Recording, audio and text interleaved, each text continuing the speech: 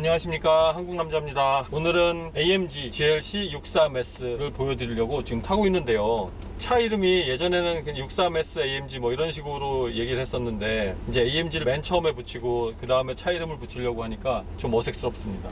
이 차가 최근에 사실 SUV 중에 가장 좀 각광을 받고 있는 거죠. 다른 거보다도 니르부르크링에서 기존의 SUV 최고 기록을 가지고 있었던 알파 로메오의 스텔비오 모델을 이 차가 또 이겼어요. 그래서 지금 현재 SUV 모델에서는 가장 좋은 랩타임 기록을 갖고 있다고 합니다. 그렇죠. SUV로 왜 굳이 뭐 그런 걸 하냐. 근데 빨리 달리고도 싶고, 또 때로는 뭐 짐도 많이 싣고도 싶고, 사람도 더 태우고 싶고, 이런 것들이 어떤 사람의 욕망이라고 하면 충분히 그 욕망을 채워줄 수 있는 차라고 저는 일단 보고 있거든요.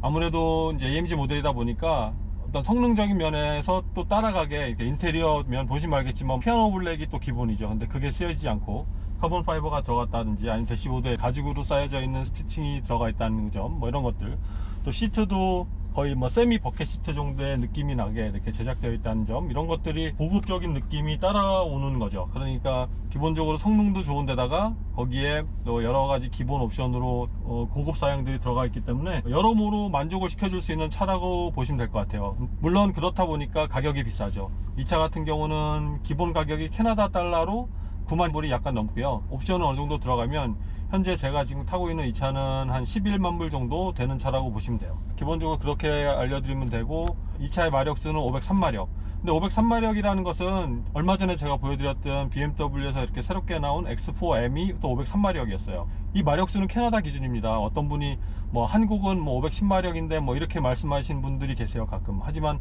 그 마력에 표시되는 값은 나라마다 다르기 때문에 괜히 그런 거 갖고 이렇게 노여워하지 않으셨으면 좋겠어요. 며칠 전에도 어떤 분이 BMW M3 컴피티션 모델은 450마력인데 왜 444마력으로 했냐 막 저한테 댓글로 따지셨거든요. 여기서는 444마력이 맞습니다. 그래서 말씀드린 거고, 오해를 하지 않으셨으면 좋겠고요. 그리고 지금 잠시 보여드리면, 기본적으로 뭐 레인 디파처 원이라든가 360도 카메라, 헤드업 디스플레이, 이런 것들은 다 준비가 되어 있어요.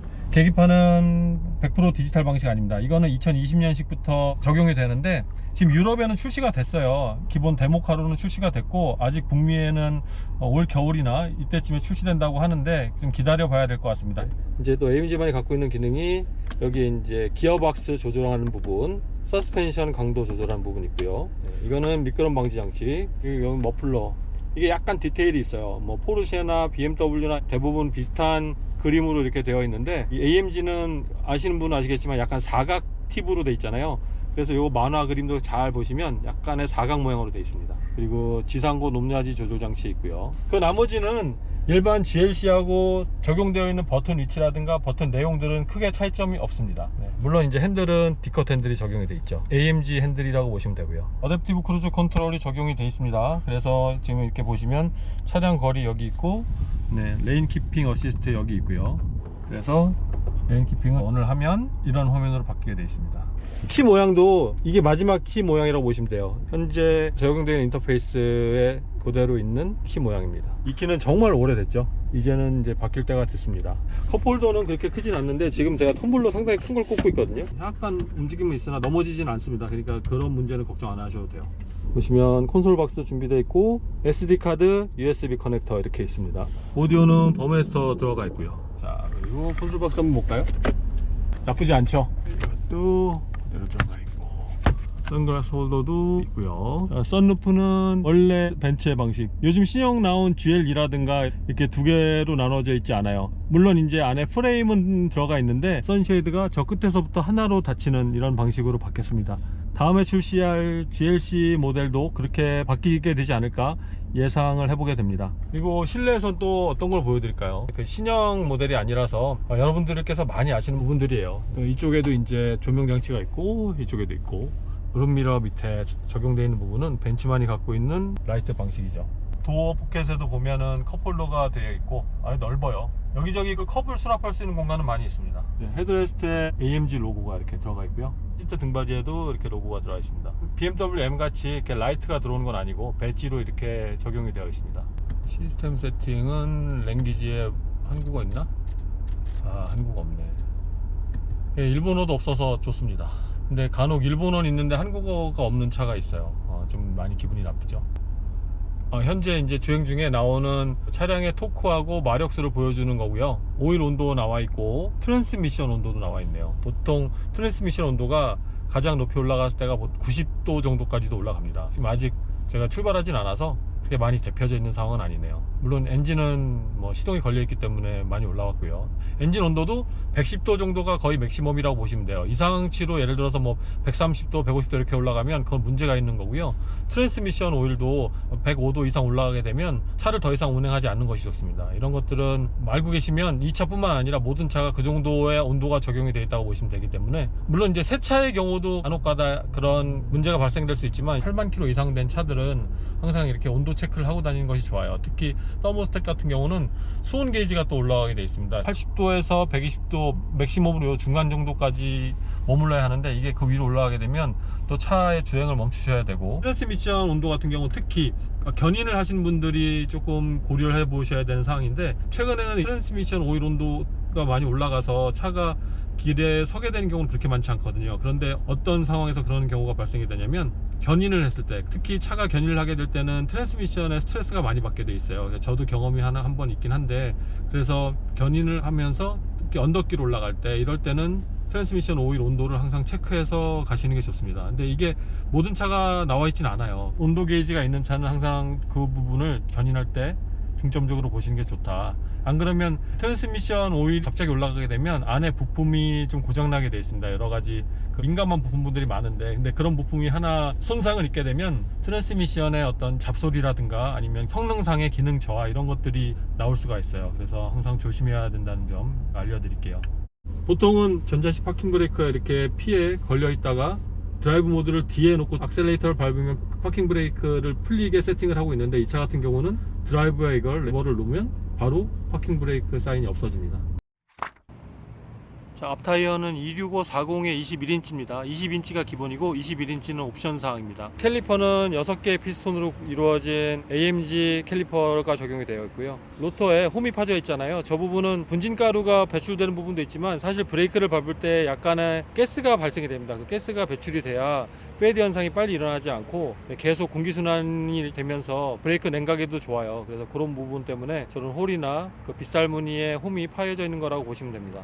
뒷바퀴는 295-35에 21인치 들어가 있어요. 이 차는 포매틱 차지만 실제 구동 자체가 후륜 구동에 많이 실려 있게 설계가 되어 있습니다. 그래서 사륜 구동이라고 해도 드리프트가 가능합니다. 미끄럼 방지 장치를 끈 다음에 드리프트를 이용하면서 순간 드리프트도 가능하고 파워 드리프트도 가능하게 설계가 되어 있어요. 그래서 재밌게 운전을 할 수 있죠. 네, 아쉽게도 저는 일반 길에서 운전을 그렇게 하지 못하기 때문에 너무 아쉽습니다.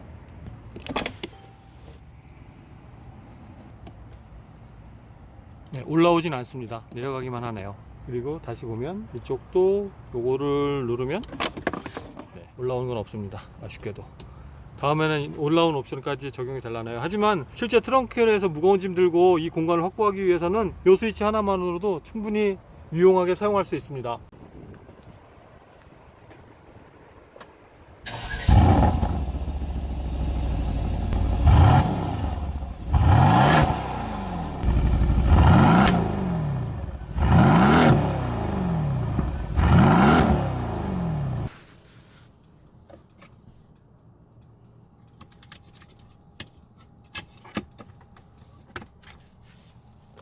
뭐 낮은 수납 공간으로 되어 있는데, 핸드폰이나 일반 모바일 기기 정도는 충분히 넣을 수 있을 거라 보입니다. 하지만 아이패드 사이즈는 되진 않고요. 이제는 제 차를 한번 운행을 하면서 재밌을 것 같아요. 일단 저는 뭐 기대가 많이 되고 있습니다. 제가 서킷에서 운행하는 게 아니라 그 부분은 참 죄송스럽지만 저도 더 재밌게 해서 보여드리고 싶은데 기회가 있겠죠.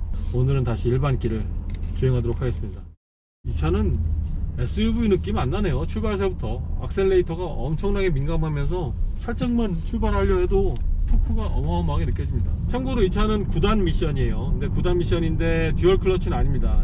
벤츠의 스포츠카에 적용되는 스포츠 트랜스미션이라고 하잖아요. 그 부분이 적용됐는데, 엄밀히 말하면 토크 컨버터 방식이어서 기아가 변속되는 시점에 그 아주 짧은 순간에 그 기아가 서로 물리지 않는 허당인 구간이 있잖아요. 토크 컨버터 방식은. 근데 그때가 이제 사실은 사운드가 이 AMG 배기 사운드가 가장 우렁차게 올리는 순간이죠. 그런 순간도 좀 느껴보고.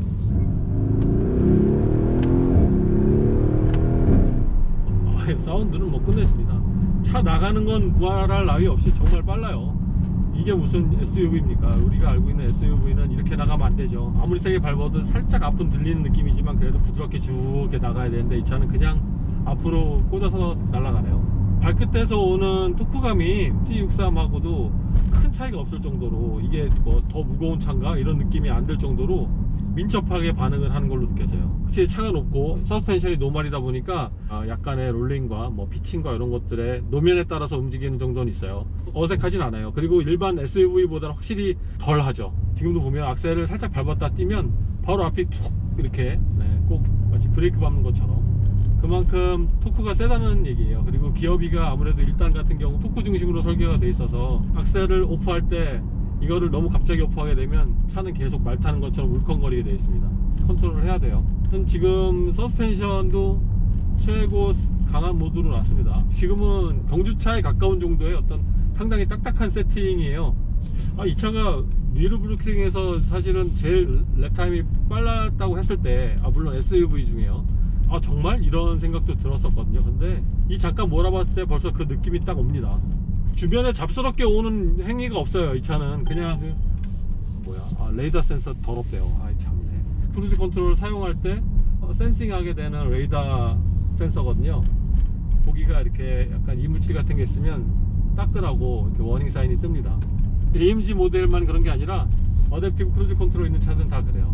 지금 그러니까 제가 느끼는 감정은 이 차는 그냥 밟으면 SUV라는 생각 전혀 안 들어요. 엑스포엠을 운전했을 때도 이런 느낌이 들었는데 엑스포엠보다 좀 더 하드합니다. 오히려 이 서스펜션을 가장 딱딱하게 했을 때는 이 차는 차가 빨리 가고 스포츠 드라이빙을 하고 잘 서고 이런 것들에 대한 불만이 있을 만한 차는 전혀 아니에요. 이 차를 어떻게 컨트롤하고 어떻게 해야 더 잘 타고 편안히 타려고 하고 싶을 때는 어떻게 해야 탈 수 있을까라는 걸 고민하는 게 맞는 걸로 보입니다.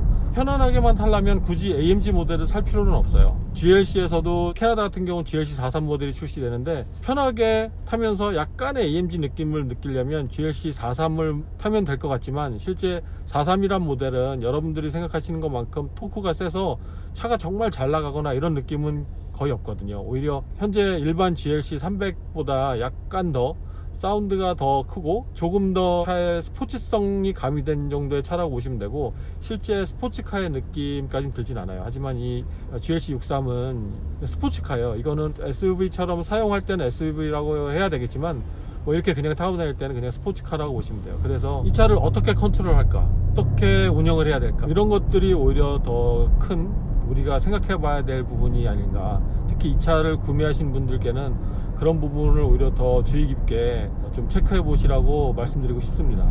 일반 길에서는 이렇게 크게 밟을 수 있는 길이 그렇게 없어요. 지금도 보시면 알겠지만 당연히 교통법규도 준수를 해야 되고 순간순간 스피드를 올려서 어떤 재미를 느끼기에는 그 시간이 너무 짧다라는 거죠. 그냥 쭉 밟으면 그냥 바로 올라가요. 끝. 60km. 그렇기 때문에 얼마나 큰 재미를 이 길에서 느낄 수 있겠습니까? 이 차를 가지고. 특히 500마력이 넘는 차의 힘을 보시면 알겠지만 게이지 상으로도 아무리 밟아도 200마력 이상 이렇게 쓸 수 있는 공간이 이렇게 많이 없어요. 일반 길에서는요. 지금 어댑티브 크루즈 컨트롤 보고 있고요. 네, 앞차가 우회전을 준비하기 때문에 처행을 하죠. 그리고 차가 지나고 난 다음에는 속도를 천천히 올려줍니다. 핸들 키핑을 하고 있는데 조금씩 이 노면이 기울여져 있는 방향으로 차가 좀 쏠리긴 하네요. 한쪽만 레인이 그려져 있어서 한쪽은 인도고요. 그래서 약간은 불안감이 없지 않아 있습니다. 하지만 양쪽 다 차선이 그려져 있는 곳은 레인을 어긋나지 않게 운행을 하고 있어요. 평소에 스포츠 드라이빙을 막 하다가도 저녁에 집에 돌아간다거나 조금은 편한 운전을 하고 싶을 때는 그냥 이 크루즈 컨트롤을 이용하면 편안하게 운전이 될 듯 합니다. 지금도 보고 계시죠? 그래도 레인을 키핑하는 거는 브레이크는 좀 불안한데요. 이게 잘 하다가도 간혹 이렇게 한 번씩 안 듣게 되면 좀 많이 불안하게 되죠. 주행 보조 장치는 여러분 다른 분들도 다 드리는 말씀이지만 정말 믿지 마세요. 고속도로나 아니면 여유로울 때 잠깐 사용을 하시는 게 좋고, 아직까지는 우리 모두가 이 부분은 어떻게 보면 다 마루타라고 보시면 돼요. 저희가 사용하면서 저희가 편하고 불편하는 걸 자동차 메이커에서는 다 피드백을 받을 거예요. 그래서 어느 정도로 이 차를 유용하게 사용할 수 있는지 계속 실험하는 단계라고 보시면 돼요. 차를 사는데 이 기능이 있으면 좋겠죠. 그 짧은 순간에 편안함이 있을 수 있으니까. 하지만 옵션 자체가 여러분들의 어떤 차 선택의 주가 되지 않았으면 좋겠다라는 말씀을 드립니다. 물론 올해 테슬라에서는 내비게이션상의 주소만 딱 입력하게 되면 차가 알아서 그곳까지 찾아갈 수 있는 이런 기능까지도 소프트웨어를 업그레이드 시킨다고 해요. 하지만 그 부분도 믿고 운전할 수는 없죠. 아무래도 불안하니까. 우리 모두는 현대 이제 이 주행 보조 장치를 발전시키고 키워나가는데 하나의 개발자가 되는 거예요. 너무 큰 기대는 하지 마시고요. 차의 코너링을 말씀을 드리면 서스펜션의 단계가 지금 말씀드렸듯이 3단계가 있잖아요. 근데 처음 2단계, 제일 컴포트랑 일반 스포츠 모드의 2단계는 그래도 일반 피칭과 롤링이 다 존재합니다. 근데 최고 단단한 모드로 놨을 때는 완전 차는 상황이 달라져요. 노면을 보통 차가 이렇게 부드럽게 이렇게 주행을 한다고 보면 이 모든 서스펜션이 다 딱딱해졌을 때는 차가 그냥 이렇게 갑니다. 노면에 튠이 있으면 그대로 차가 튀고, 하지만 튀었을 때 바로바로 한 번에 딱딱 이렇게 잡죠. 그런 기능들이 완벽하게 이 차에는 구성이 되어 있어요. 이거는 오히려 제가 느꼈던 메르세데스 벤츠의 어느 AMG 모델보다도 오히려 이 GLC 모델에 더 많이 적합하게 부여가 되지 않았나, 그런 세팅값이 되게 적절하게 매칭이 되지 않았나 라는 생각이 듭니다. 그러니까 어느 한쪽으로도 쏠리지 않고, 코너링을 해도 마찬가지고, 브레이킹 할 때도 마찬가지고, 차가 출발할 때도 마찬가지예요. 출발할 때도 사실 악셀레이터를 급격하게 밟았을 때 앞이 들리면 그만큼 사실은 시간 싸움에서는 더디게 되는 거거든요. 앞에 접지력까지 다 살아있는 상황에서 차가 출발을 해야 이 차가 가장 빠른 랩타임이나 가장 빠른 시간을 기록하게 됩니다. 근데 이 차는 그런 것들이 구현이 돼 있다고 보시면 돼요. 생각해 보시면 이 차는 거의 2톤이 넘는 커브 웨이트를 갖고 있어요. AMG C63S보다도 사실 몇백 킬로가 더 무거운 상황입니다. 하지만 그 차하고 제로백 성능이 그렇게 차이가 나지 않는다라는 뜻은 그 무게를 이겼다는 게 어떤 이 차의 무게 배분이나 그 운동 성능이 되게 좋다라는, 어떻게 보면 역설적인 얘기라고도 할 수 있어요. 보통의 그 정도 몇백 킬로의 차이 나는데 드래그 레이싱을 했을 때는 제로백 같은 경우는 0.2초 이상의 차이가 나는 것도 그건 분명한 상황인 것이고, 특히 차가 더 높기 때문에 공기 저항을 더 많이 받을 수 있는 그런 불리한 조건도 있는데도 이 차 같은 경우는 제로백이 3.8초잖아요. 그렇기 때문에 정말 세팅값이 좋다라는 게 데이터만 보더라도 충분히 알 수 있는 상황이라고 보시면 돼요. 이 차를 자꾸 이렇게 제로백 이렇게 말씀을 드리는 건 AMG 모델이기 때문에 말씀을 드리는 거예요. 일반 GLC 모델은 뭐 제가 제로백 얘기할 이유도 없고, 그 부분은 여러분께서 어떻게 차를 운용하는지, 어떤 분들이 이 차를 선택하는 게 좋은지, 이런 것들을 중심적으로 말씀을 드리는 거고요. 지금은 AMG이기 때문에 그런 어떤 성능적인 면을 좀 더 강조해서 말씀드릴 수밖에 없네요. 사실 저는 AMG 모델을 탈 때마다 어느 한 부분이 약간씩 좀 아쉬운 부분이 있을 때가 많았어요. 근데 AMG GLC 63S는 그런 어떤 뭔가를 좀 이상하다, 이런 건 이상하겠지, 좀 어울리지 않겠지, 이런 것들을 찾으려고 계속 노력을 했는데 별로 없었습니다. 혹시 이 차를 갖고 계시는 분은 상당히 만족도가 높으실 것 같아요. 앞에 지금 헤드업 디스플레이가 보이실지 모르겠는데 그 단면적이 상당히 넓어요. 근데 그 표면적이 전부 다 표시가 이렇게 다 들어옵니다.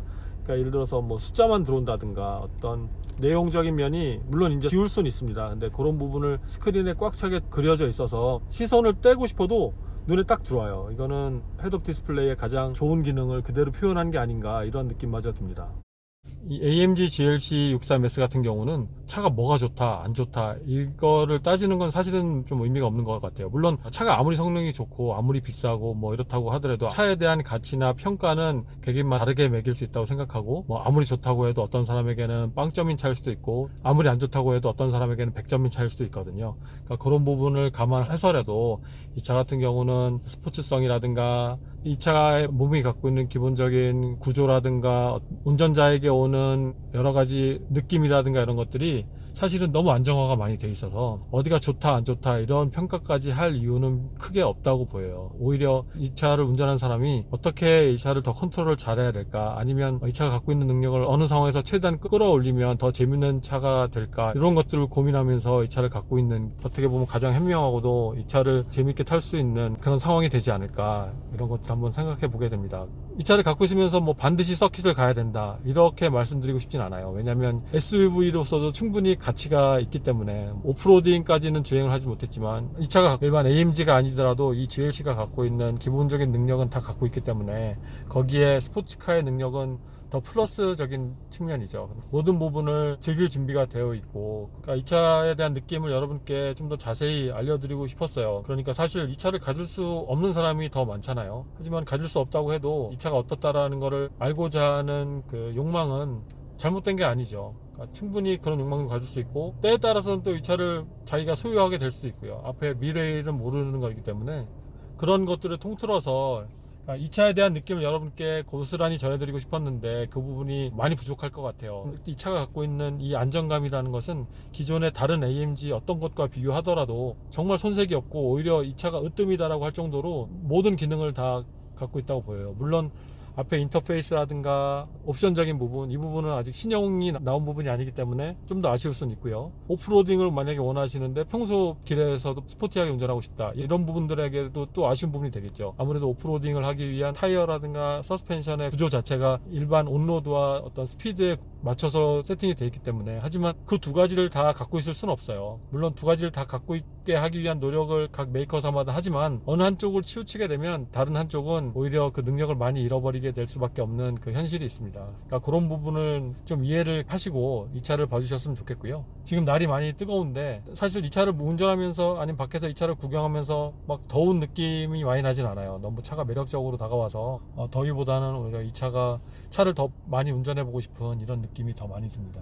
AMG C63S하고 거의 비슷하거든요. 근데 거기에 좀 더 사람이 편안하게 탈 수 있고, 짐도 더 많이 실을 수 있고, 차가 더 높아서 시야가 좋은 그런 능력까지 겸비하고 있으니까 더할 나위가 없겠죠. 그리고 차량 가격도 같은 옵션 기준으로 C63S하고 그렇게 차이가 많이 나지 않습니다. 그렇기 때문에 정말 고민 많이 되시겠어요. 제가 아직 X3M은 타보지 않았지만 X3M과 이 GLC 63S를 고민하신 분들은 정말 고민이 많이 되시겠는데요. 제가 어느 차가 더 좋다 이렇게 말씀드릴 수는 없지만, 어떻게 보면 그냥 개인 취향으로 가시면 될 것 같아요. 거의 마지막에는 나는 벤츠야, 나는 BMW야, 뭐 이렇게 하시면 오히려 그게 더 쉬운 정답이 되지 않을까, 이런 말씀을 과감히 드려봅니다. 아무튼 이 차에 대해서 좀 더 궁금하신 점이 있으면 댓글을 달아주세요. 제가 글을 통해서 또 답변을 드리도록 하겠습니다.